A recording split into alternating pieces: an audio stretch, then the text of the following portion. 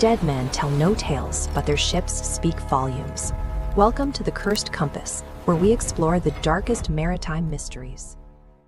We are looking at the subject of File 2012 Alpha, a 164-foot Japanese squid fishing vessel known as the Ryou-Un Maru. Long before it made international headlines, this ship was already at the end of its lifespan. Deemed too old for continued use, its owners stripped its registration and left it moored in Aomori Prefecture, waiting to be sold for scrap metal.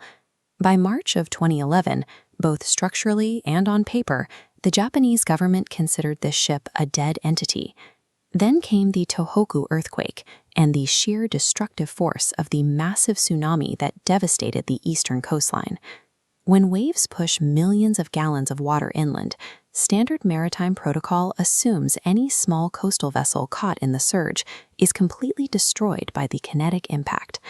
Because no moored boat was expected to survive a wave of that magnitude, the Japan Coast Guard granted the owner an administrative exception, permanently closing the ship's registry.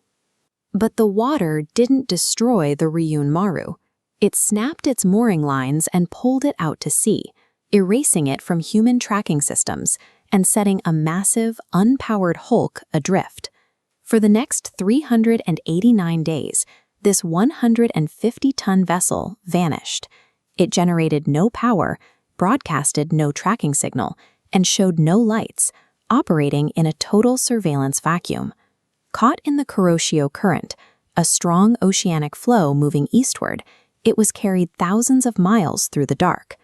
On March 20, 2012, a Canadian Air Patrol finally spotted the anomaly, drifting 150 miles off British Columbia. This was the visual confirmation they captured, a massive, heavily rusted ship sitting completely abandoned in the middle of deep ocean waters. A 164-foot steel vessel had successfully floated across an entire ocean, bypassing all global maritime monitoring for over a year. By April 4th, the vessel had drifted into U.S. waters. The Coast Guard intercepted it, dropping a tracking buoy directly onto the silent deck to finally secure its location.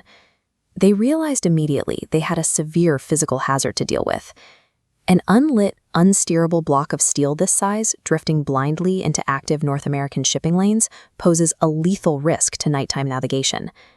Civilian intervention was attempted first.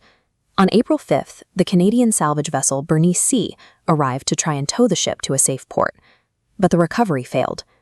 The ship had a ruptured fuel tank that the salvage crew found absolutely impossible to safely pump out in the open ocean. The state of severe decay meant the hull couldn't withstand the mechanical stress of a tow, forcing authorities to abandon standard containment procedures.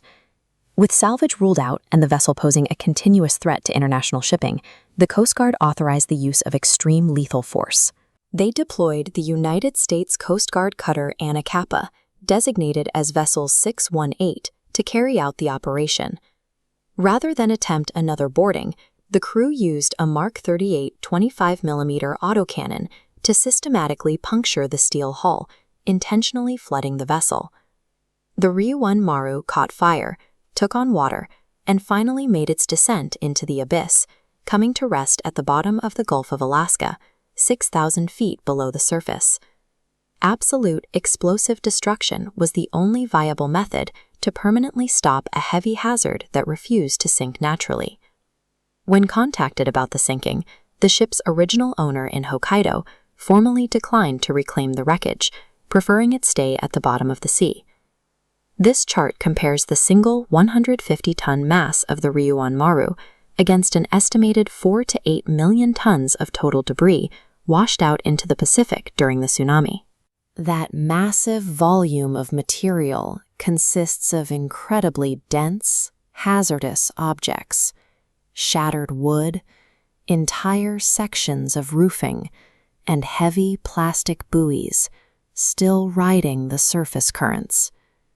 If a 164-foot steel ship could hide in the dark for over a year without a single radar blip, it means millions of tons of invisible hazards are still drifting toward the coast right now.